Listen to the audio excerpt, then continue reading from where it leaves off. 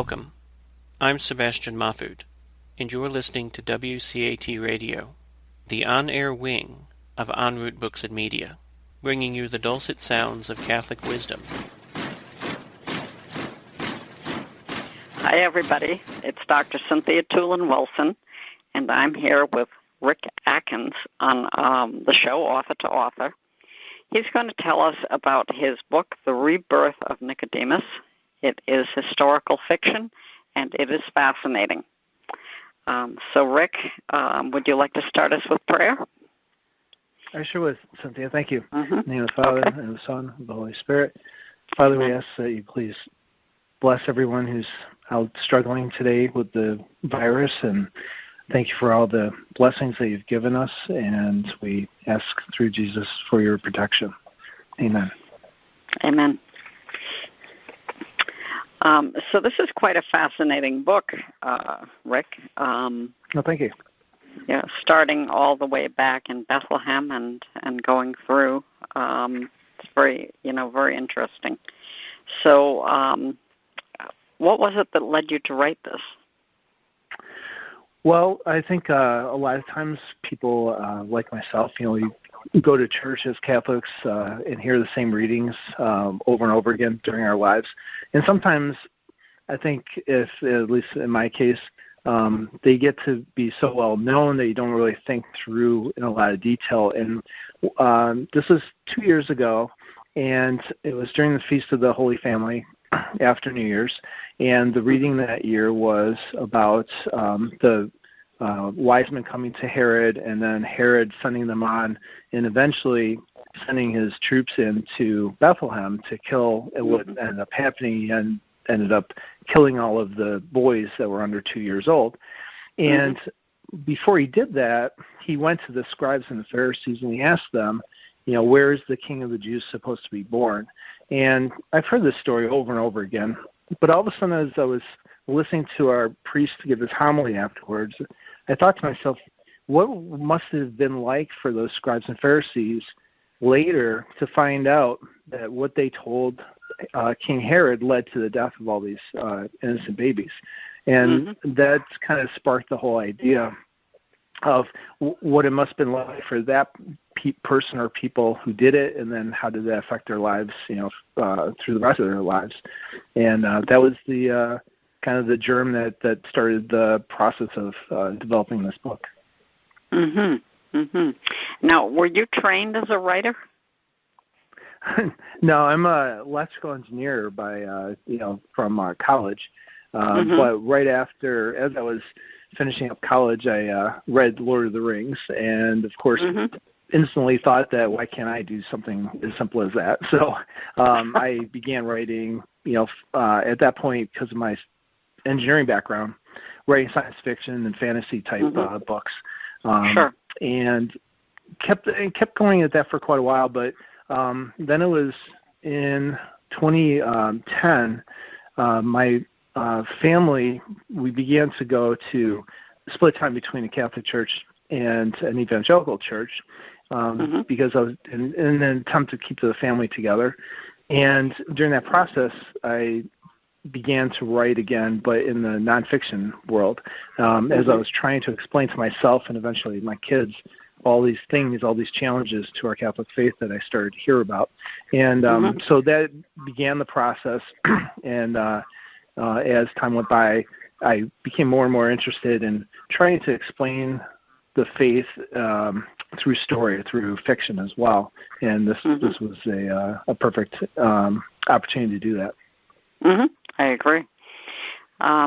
So would you like to go through the book and tell us the, without revealing too much, because we do want people to buy it, but yeah, exactly. Yeah, to give people the general idea of what goes on in the book. Sure. So it's called The Rebirth of Nicodemus. Now, the reason for that is there's a Pharisee named in the Gospel of John by the name of Nicodemus, and he's most famous because he comes to Jesus in John 3 and at night, and he is the one who Jesus tells that he has to be born again in order to see the kingdom. So obviously there's an entire world in the Christian faith called born-again Christians, and they take that born-again directly from that chapter and that discussion. So when I left church that day, after thinking about this scribe or Pharisee who was essentially responsible for these children being slaughtered by Herod, I thought, well, I could do an unnamed Pharisee, just make someone up, or I could actually put somebody that we know from the Scripture. So I used Nicodemus as that character. And when I came home that day, I broke open the Bible and I read all these stories that are in there about Nicodemus. And he's in 3 separate times in the Gospel of John. And that triggered my thought, okay, what would be a good starting point for this story? I have to explain why John mentioned him multiple times. The other gospel writers did not, and the obvious answer that came to mind was, well, John must have met him at some point. So early in our story, so obviously Nicodemus gave away the secrets to Herod back when Jesus was an infant. So now we jump forward about 70 years, and Jesus has been dead for, died and was resurrected in the early 30s, and the story is set around 69 A.D. And at that time, John, the apostle, is in the story. He's the last of the apostles that have not been martyred yet, which is probably pretty close to accurate, because we know that Paul and Peter were and Andrew were martyred in their late 50s, early 60s. So John now in the story is the last one, the last eyewitness of Jesus, and he comes to Nicodemus because he knows that Nicodemus met Jesus in the flesh, as we saw in John chapter 3. So the two main characters of the story are Nicodemus, who's now in his 80s, and John, who's in his 60s or in his 50s, who's a bishop and has come back because everyone is pressuring him to write his own gospel, his own eyewitness account of Jesus, and he wants to make sure he gets it as correct as possible. So he comes to Nicodemus, asking Nicodemus's help in doing this. So that's they're the two main characters in the story that we follow. And John has his own issues, his own insecurities because of having to be the leader now and having everyone in the Christian faith look to him as the last apostle. But Nicodemus has his own major problem, which is he's carried this guilt now for 50, 60 years, and he's never found Christ as a savior, so he still harbors all of this guilt. And then as he's living in Nicodemus is living in Jerusalem still. He is very wealthy because Herod, after this, even though he didn't want it, because Nicodemus gave him the right place to send his troops, he ends up being a very wealthy winemaker. And he's still a Pharisee because people were scared to speak out against him because they all figured that Herod was his ally. But Nicodemus doesn't really realize this. Like, he thinks that he's always been there and he's always tried to give money to the church and to the temple and to other people, partially is an attempt to buy forgiveness for what he did. So we see that he's there now living. He's given most of everything away. He lives with his daughter, who's been martyred or has been widowed, and his granddaughter, who's also been widowed. And they were both widowed only within the last 2 years of before the story starts, because that was when the Jewish people revolted against the Romans in the late 60s and kicked them out of Jerusalem. So there's always that tension there, and he thinks that he's protecting both his granddaughter and his daughter by keeping them, with him. So those are our main characters in the story, and because it's set in 69 A.D., we have John coming to him, asking for everything he can get from Nicodemus to tell the proper story in this gospel. But at the same time, we've got the Romans now are coming back, and they're building a camp next to the in the hillside next to the temple, because this is 69 A.D. and at Passover 70 A.D. they actually attack the temple and destroy the temple in Jerusalem. So that's kind of in the background that's driving this whole story forward in terms of trying to protect his granddaughter, his daughter, and so forth. So then we see, and I think this is kind of topical in a way for what we're experiencing now, which is he's been this Jewish Pharisee leader his whole life, and for the Jews, everything revolves around the temple and the temple worship, Passover, and so forth. And so we experience with him and his family this onslaught from the Romans as they come in AD 70 and destroy the temple. And then he and his family, who have now lost everything, are taken in by John, and then they're led on a path to leave Jerusalem, leave everything they had behind. Obviously, he's not only feeling still the guilt of his own sins, but now he's feeling the anger and the hatred toward the Romans because of what they did during this attack. And we follow Nicodemus all the way through to when they come back to Ephesus the following Easter, and he listens to John give his Easter address, and he finally comes to faith in Christ.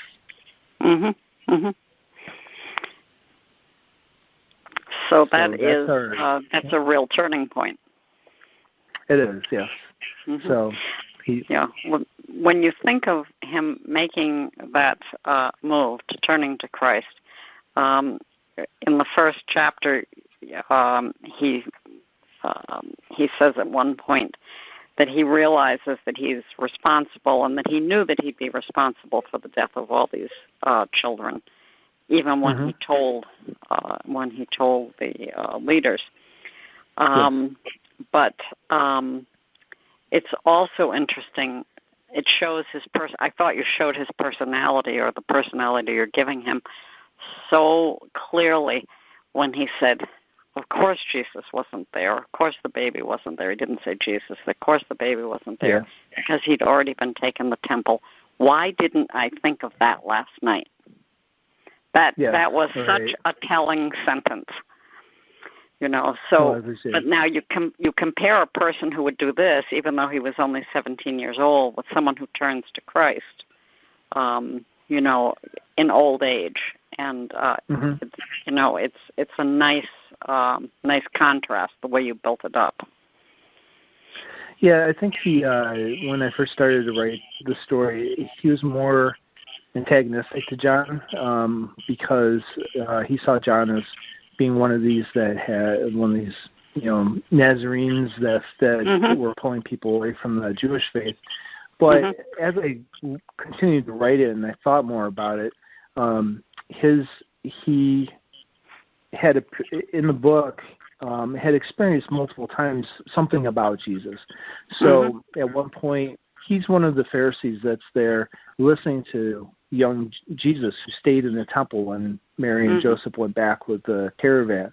And he relives that experience. He sees Jesus another time when he's one of the Pharisees that goes out to confront him. And instead, he sits and listens to him for a while as the other Pharisees that he traveled with left. And then he's up on a hillside by himself. He looks over and he sees Jesus heal a leper. And there's things that he sees that are relayed in the book that clearly make him more interested in being a believer, but he just can't make that step because he's at the time of the story, he's very old, he's set in his ways. So I toned down the antagonism with John because Nicodemus is still very interested and saw Jesus as this holy person. But it really took a lot to get him to the point where he finally understood and accepted everything. Yeah. So that's very interesting to see that trajectory. Mm-hmm.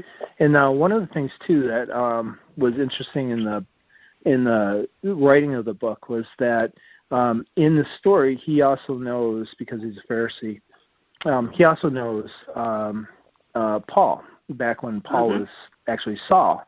So what just little things that that got revealed in the book, and of course this is a fiction book, so who knows if this discussion actually happened. But when John's there, they start talking about Paul at one point, and John makes a comment that Pall was never afraid of anything, and Nicodemus says no, he was afraid of something, and John is bewildered and says, who was he ever scared of? He said he was scared of you. He was scared of you and Peter and the apostles. And that kind of takes John back a little bit. And John says, I don't understand that. And he says, Paul gave everything away for your Jesus, but he wasn't an apostle. He wasn't an eyewitness. And he was scared to death that everything he had worked on, everything he had sacrificed would be totally in vain if you guys disagreed. Because if the apostles didn't accept him, then the rest of the faithful wouldn't accept them. So there's some stories in there that I think maybe get to a little bit deeper level sometimes from what we typically read in the Bible. And another story that was interesting that I had heard from a Protestant pastor one time is a discussion about the story when Jesus tells the people about the coming destruction, and that people should flee to the hills. And he said that that's a very interesting thing, because in that time frame you didn't flee to the hills. When you were attacked, you went to the stronghold, which would be the temple. And he said, but the temple was completely obliterated by the Romans, and hundreds of thousands of people potentially died.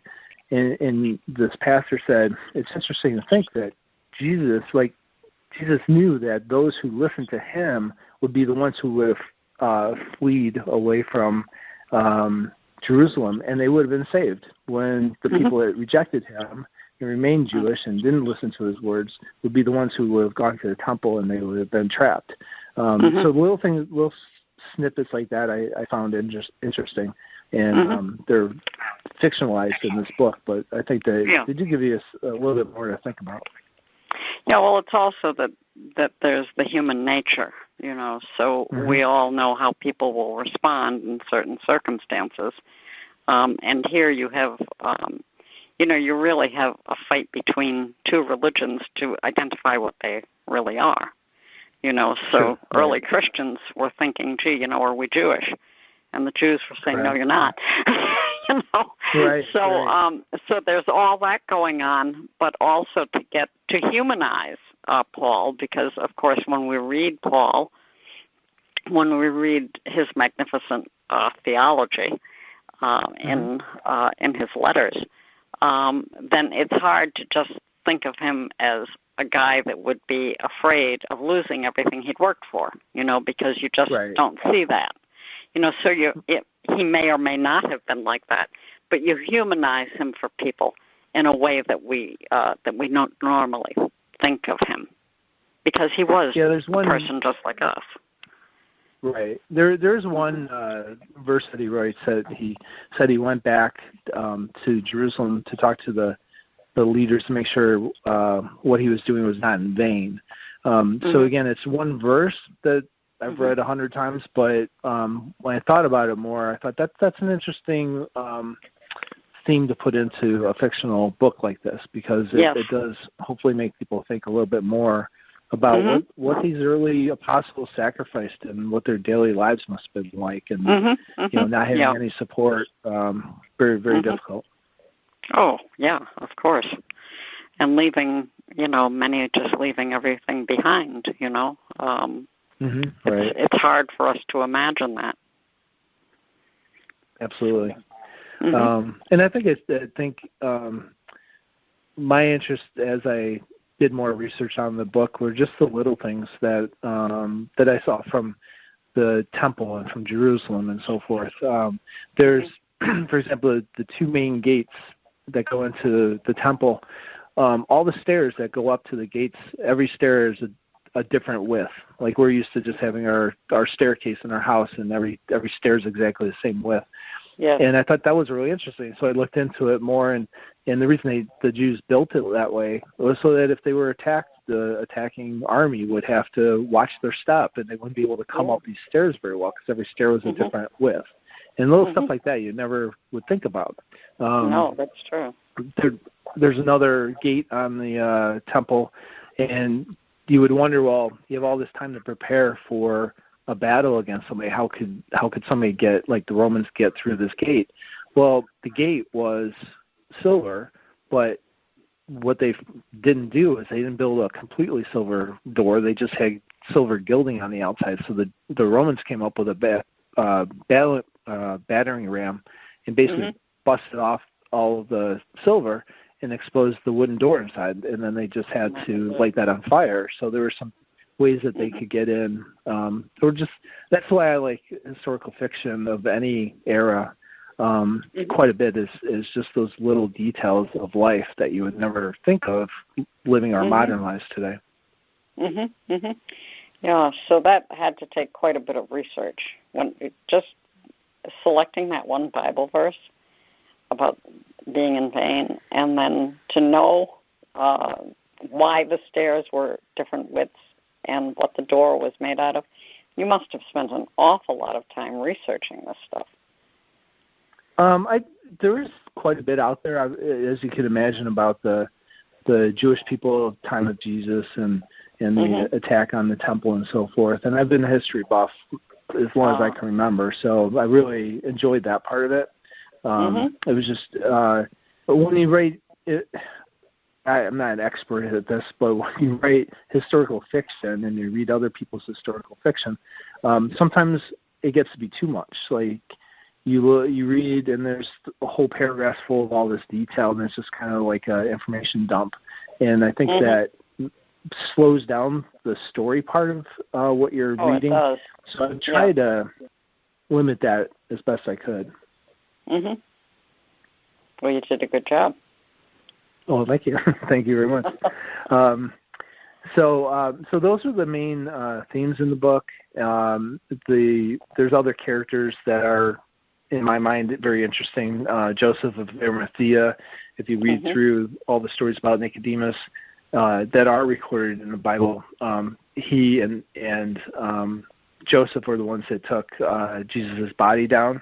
So we do have the scene of the crucifixion and then the scene of the burial, which is something that really, in Nicodemus's world, just shattered him, because he never turned into a follower at that point, but it really turned him away from the other Pharisees who obviously pushed this to the point where Jesus was crucified.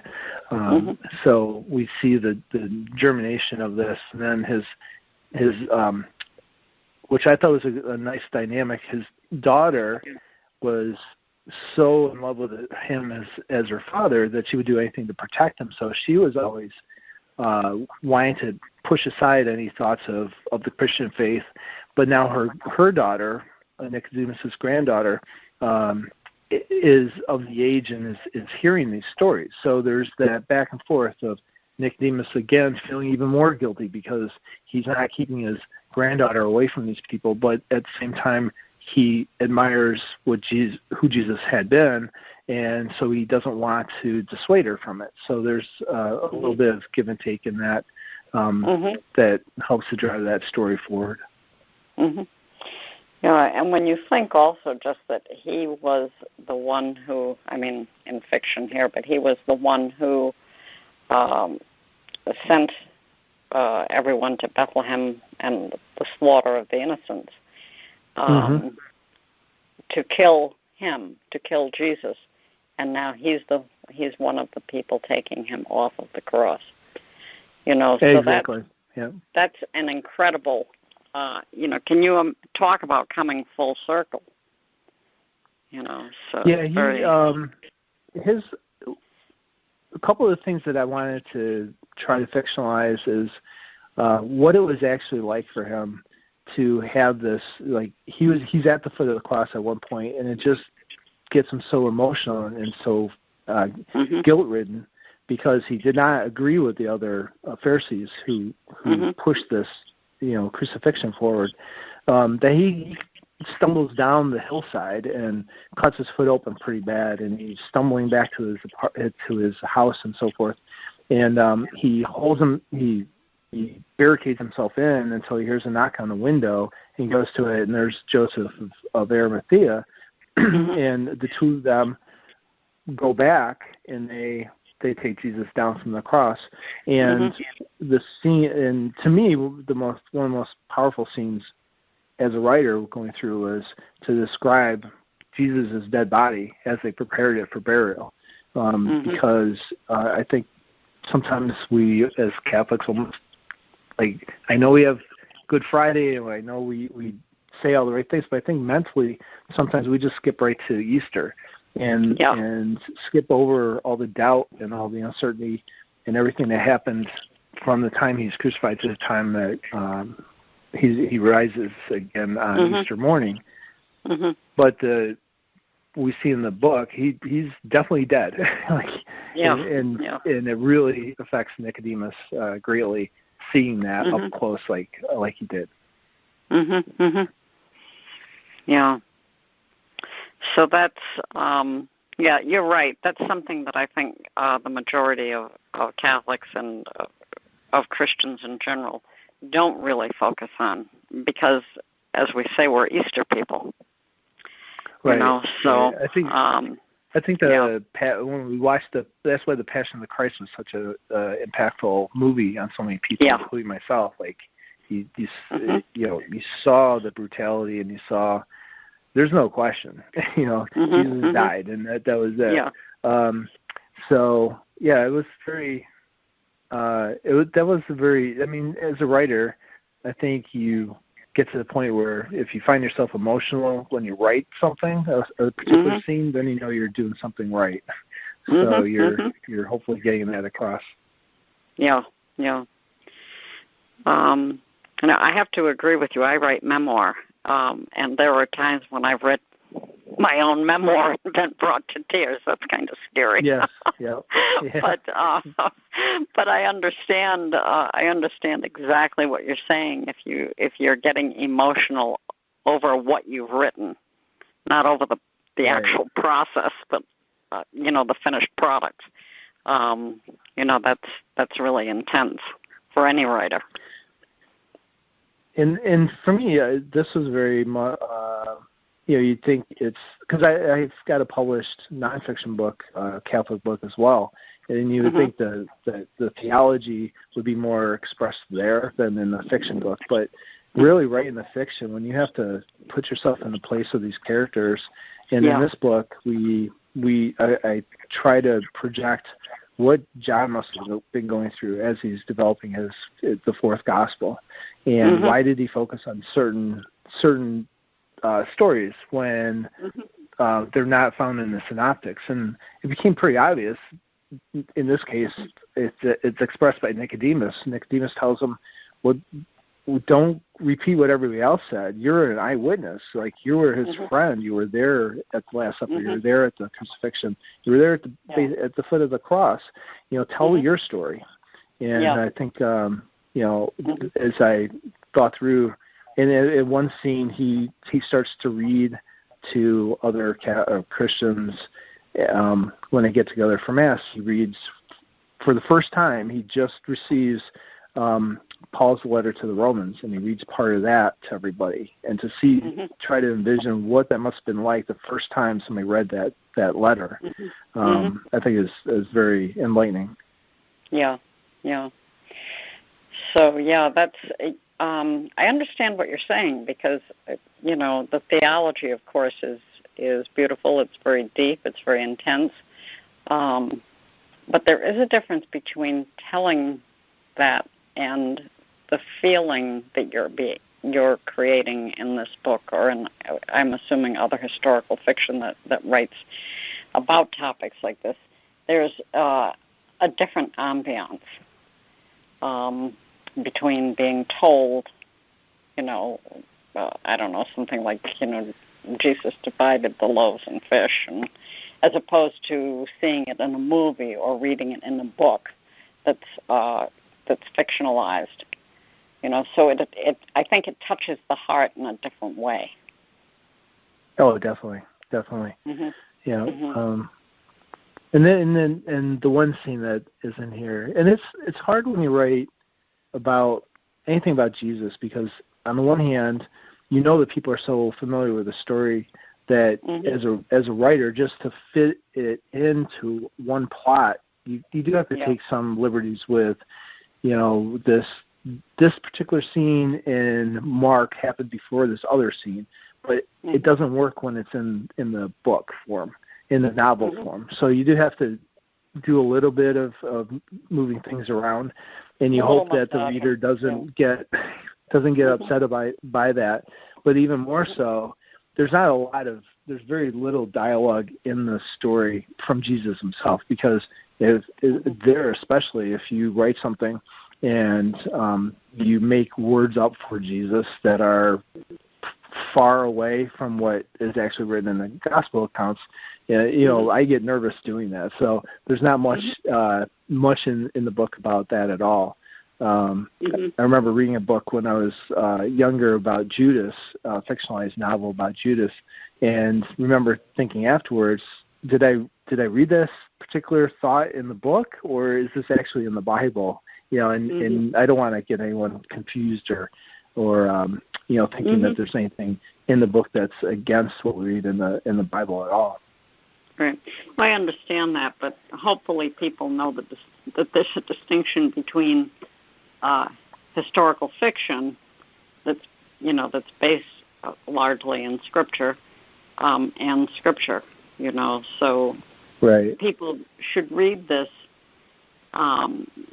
beautiful book and realize it's a story based in truth. But so I can understand your concern, but hopefully your readers, know this is not history; it's historical fiction. Right. Correct. Yep. And then the other thing that evolved with the story was, when it first began, it was mostly just about Nicodemus and John. And what I was trying to get from John's perspective is, if you read, he does not include a detailed Last Supper account like the three synoptic Gospels do. Right. So the one question is, well, why? And it seems fairly obvious when you start really thinking about it. When he wrote that story, they already had the three synoptic Gospels going around. They already had Paul writing in Corinthians about the Last Supper and literally using the words that we hear every week at Mass. So for John to repeat that again probably wouldn't have made a lot of sense. But what he did in John chapter 6 is he used that beautiful discussion about Jesus telling everybody that his flesh is true food, and so forth and so on. And I think every Catholic in the world reads that and instantly sees it as an account of the meaning of the Last Supper. But then you start thinking, well, did Jesus actually say these words? I mean, we have pretty good confidence he said all those words at the Last Supper accounts, because they are in 4 different areas in the Bible. But I think clearly John, being an eyewitness, it makes sense that he fought back after Jesus was resurrected and the church started to celebrate the Eucharist and so forth, that he looked back and said, well, Jesus at this one time told us all of these things about the Eucharist, and we didn't understand them at the time, but this is what he said. So no, I'm not going to repeat the Last Supper account, but I am going to talk about this in this particular way.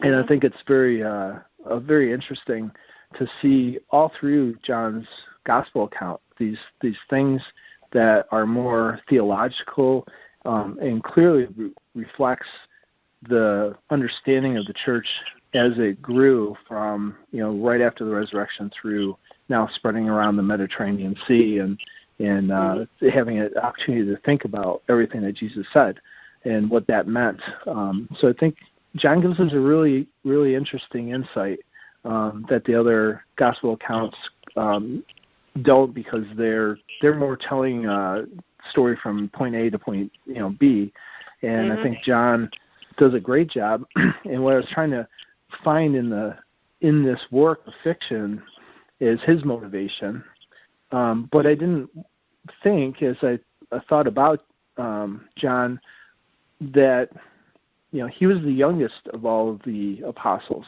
He wasn't the leader of the apostles, even though he was part of that 3-person inner group. He was the youngest, so he probably had insecurities the whole time. Like, he's not the one that was out there as the leader, like Peter might have been. He wasn't the one going all over the Mediterranean like Paul did.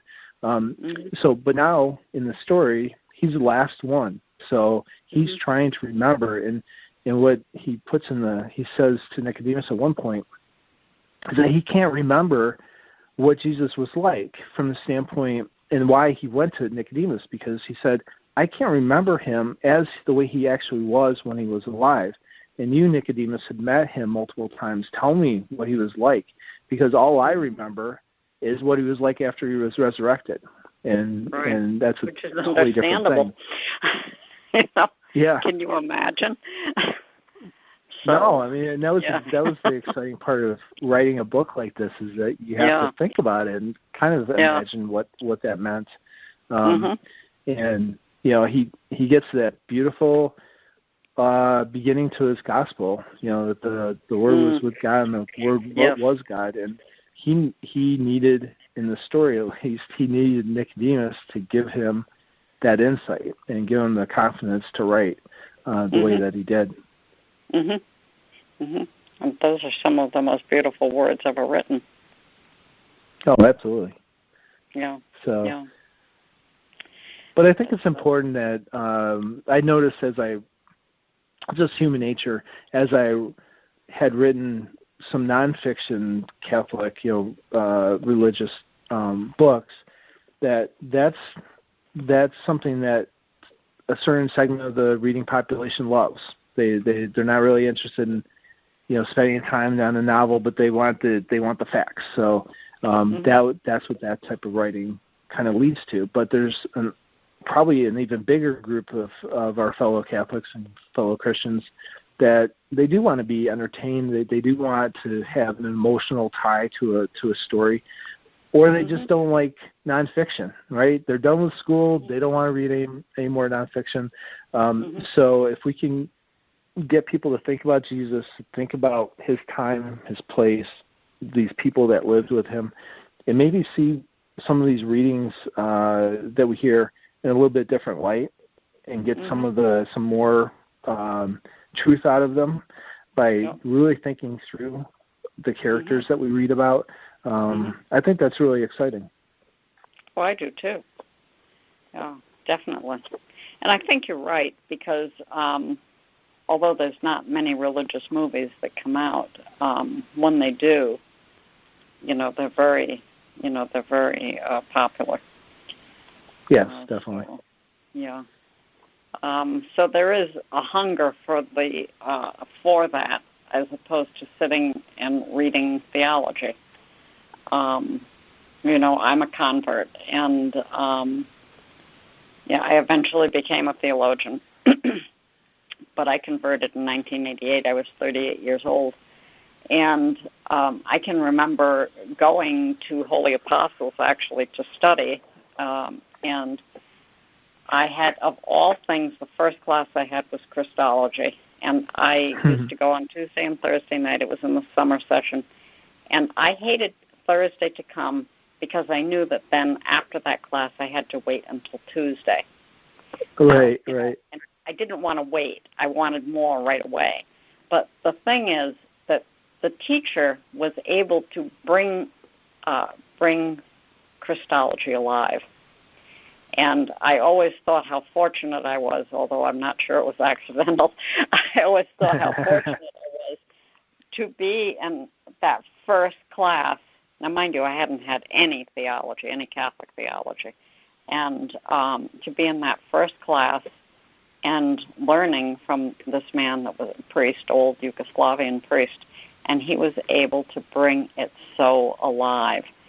And now I know what you're doing is historical fiction, but you're bringing the story alive.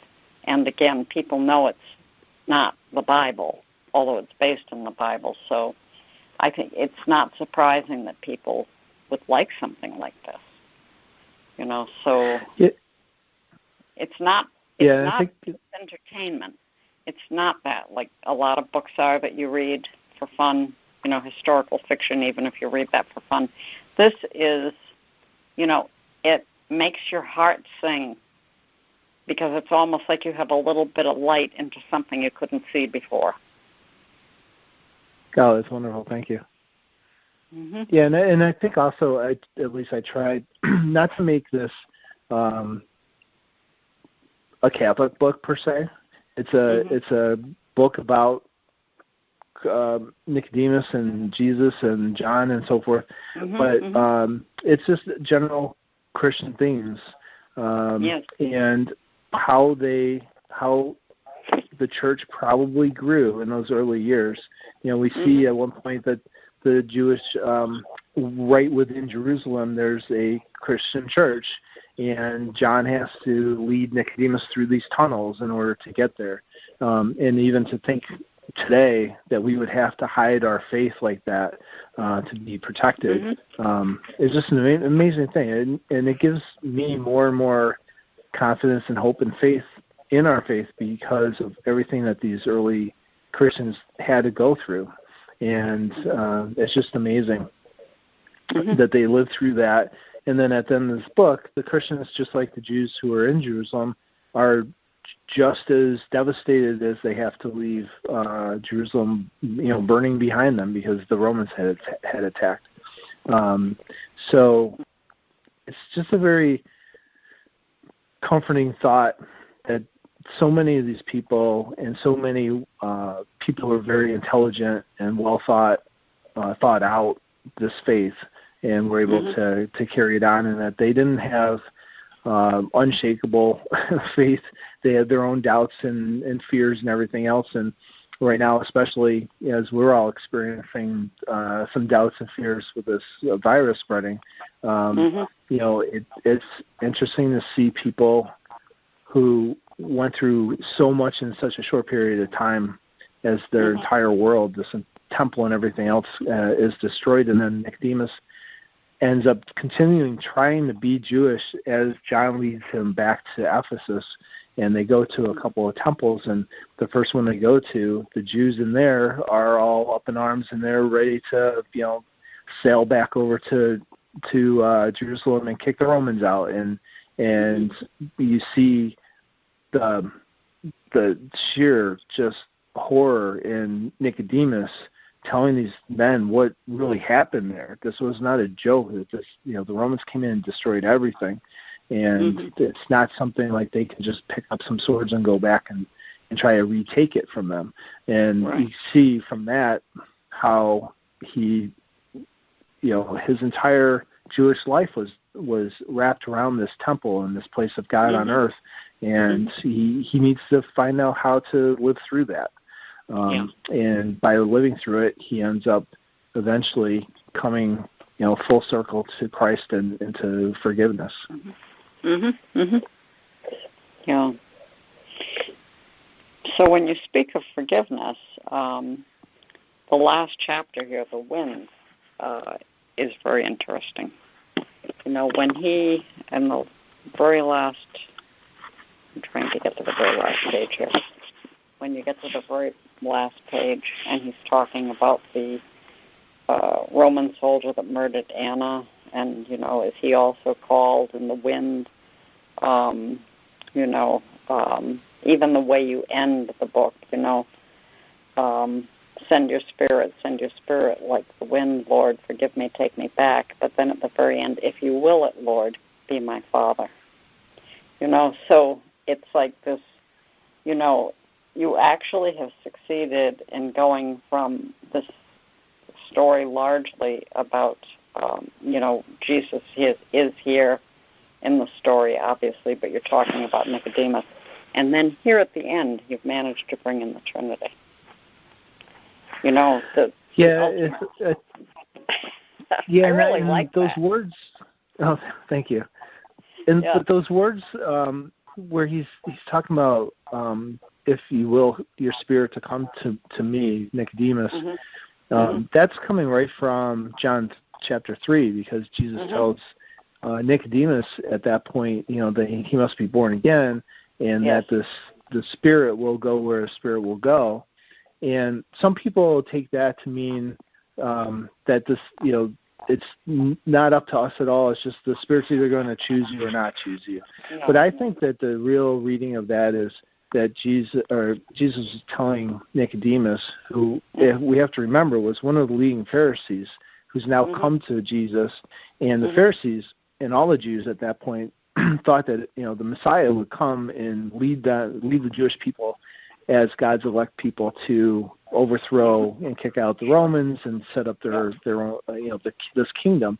And what Jesus was telling Nicodemus, I believe, was, I'm not here to do that. And not only am I not here to do that, but I'm here not as a savior just of the Jewish people, but of the whole world. And we see that because John says that, right? That whoever should believe in him will have eternal life. And what Jesus does, I believe in that statement about the Spirit going where it wills, is Nicodemus, don't tell me that the Spirit can only go to you and to your fellow Jews. The Spirit's going to go to the Gentiles. It's going to go all over the world and bring all these, and lead people to me. And so that's really one of the things that scandalized him throughout this entire book, is not understanding what Jesus meant by that. And as he began in one scene, when John reads Paul's letter to the Romans, he hears Paul talking about Jacob and Esau, and understanding from a Jewish standpoint that Jacob represented him, Nicodemus, as a Jew, and the Gentiles were represented by Esau. And Paul's saying that God can come to both. Both these people are called to come to Christ. And again, it completely scandalizes Nicodemus at the time. And it's not until the end, when he finally realizes, as he's sitting there in Mass with an Easter day when John is holding his Mass, that he's sitting next to all these Gentiles, and he turns and there's not only a Gentile but a Roman soldier, and that Roman soldier just the year before took everything from him. And so he has to overcome his anger and his hatred for that person, and if he can do that and forgive this person, then he's hoping that God can also forgive him. And that's as we come full circle around from, the sin that he's been living with for now, better part of 60, 70 years. So it's impressive. You do tie all these themes together. They just go through the book, and then every so often you tie things together, like in this last chapter. Well, for any novel writer, if you can, especially I think historical fiction, if you can do that and pull some themes out that, at least you haven't seen before, because I didn't see these themes before I started writing. That's and you can make some part of history make sense like that. That's, to me, that's the whole reason to write these type of things. Yeah, it's beautifully done. So you said you also wrote a couple of nonfiction books about theology? Yeah, so I have a book came out in 2018 called Challenge to Grow. It was published by New City Press, which is the publisher for an international group called the Focolare Movement. So it was a Catholic movement started during World War II in Italy, and it spread, throughout the world. And they are very much into ecumenism as well, which is basically trying to bring understanding to non-Catholic Christian denominations about the Catholic faith and vice versa. So when my personal experience turned into splitting time between an evangelical church and Catholic, Mass every other weekend for quite a while, almost by default, I had to have an ecumenical view. And it was at one point during that process where I realized I either had to go one way or the other, and everything that I was learning in the Bible at the evangelical church and their views on various things, especially as I read in more and more detail in the Bible, I suddenly realized, and I had read the Bible pretty much every day since 5th grade, because I remember winning a Bible in my church school class, and that Bible recommended they read 1 chapter a day and 3 on Sunday. So that's really what I did all the way through college. So I had a pretty good background in the Bible, but but you never really understand your faith, and you know this as a professor, you never really understand any subject until you start getting a whole bunch of questions about it and challenges to it. And so all of a sudden I'm in another Christian environment where people are saying that Catholics, for example, are idolaters because of the way we treat Mary, or they, or all these different things came up that I never even really considered. And now I had to come up with answers to these questions for myself. And that's what led to this book called Challenge to Grow. And it was just an attempt initially to have something for my children as they grew up, to just explain why did Dad remain a Catholic, and why does Dad think it's important. And so it's not anti-anything, but it's very pro-Catholic and trying to explain Catholicism using language that evangelicals would be comfortable with, or at least understand, because most of the problems that we have between the two faiths is because the same words are used in two different ways, or because they don't understand the historical background of why Catholics do one thing or another, and quite frankly, we don't understand, right? Somebody came up to me and said, well, you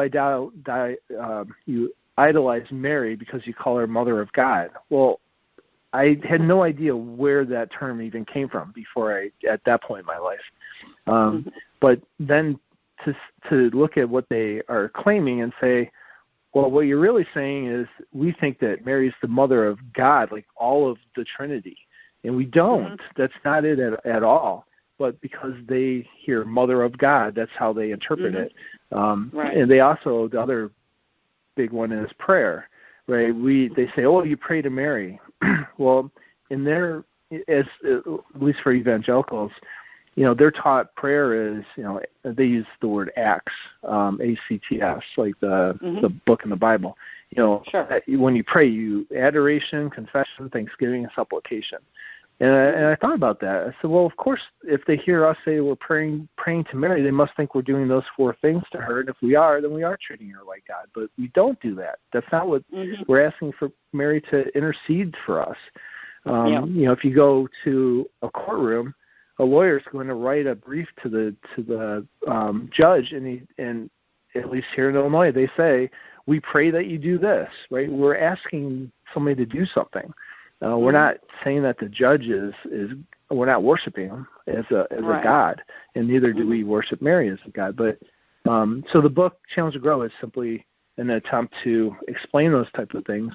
And then I did a second one that I'm still finishing up called Romans by Paul. And the whole idea there is a lot of churches who have a very exclusive view of salvation, meaning that they think they're the only ones being saved and nobody else is going to be saved, which is obviously a very difficult thing if you have an ecumenical mindset and you're trying to build bridges. A lot of that comes from what they read from Paul in the book of Romans. And so looking at that book and trying to explain some of that theology in a more inclusive way was the genesis for the book called Romans by Paul. And some of that then bled into and was used in the Rebirth of Nicodemus, because when John reads the letter from Paul to the Romans for the first time, those are the kind of questions and challenges that he felt, to trying to understand what Paul was trying to get across. Right. Wow. That's interesting stuff. I think you should write more historical fiction. Okay. I'm working on there's a second book I'm working on currently, as I was finishing Nicodemus, about Andrew. So he's the next one up in line. So hopefully I can get that finished. Mm-hmm. No, that's good, because it's also good that you have the ecumenical mindset, because most people try to respond to people that disagree with them by just stating what we know. But that isn't really going to bridge the gap. You have to understand where people are coming from. And you're right, because the words are used so differently in so many different ways, in so many ways. So, being able to explain that, explain some Catholic beliefs to people from their perspective, that's a real skill. But of course I haven't read your nonfiction, but having read some fiction here, I think that this is your strength. It's beautifully done. Oh, thank you. I appreciate that. Thank you. Mm-hmm. So we're coming to the close. Is there anything more that you would like to add about the book? No, I think it's obviously it's available on the En Route media website and Amazon and so forth.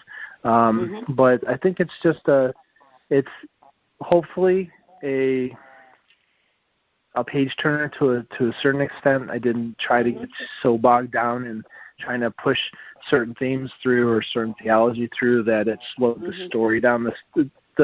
In fiction, I personally think, the story is the main thing, and because of the themes and the people that we're talking about in the story, I think there's a really exciting opportunity for Catholics and other Christians to, see some new things about Jesus from these first-hand witnesses, eyewitnesses, that may be interesting, and maybe something that gives us more hope and more courage as we move forward.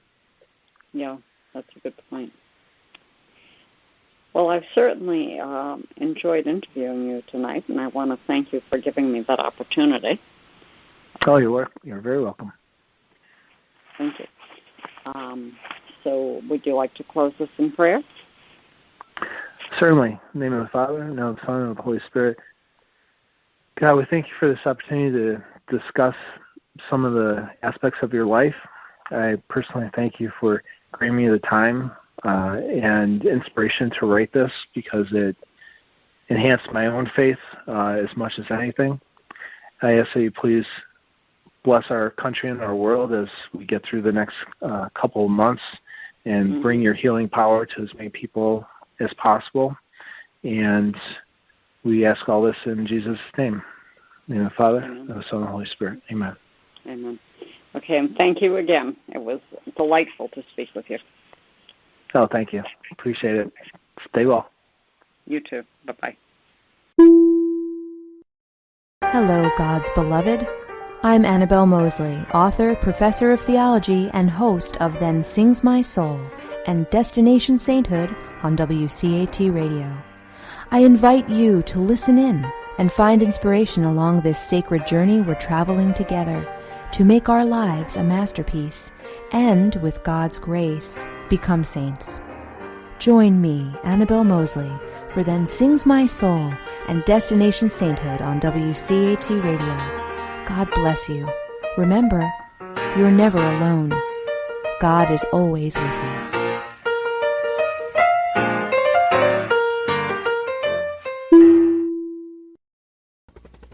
We hope you enjoyed the program and will join us back for another show on WCAT Radio. This is Sebastian Mahfood. Good day.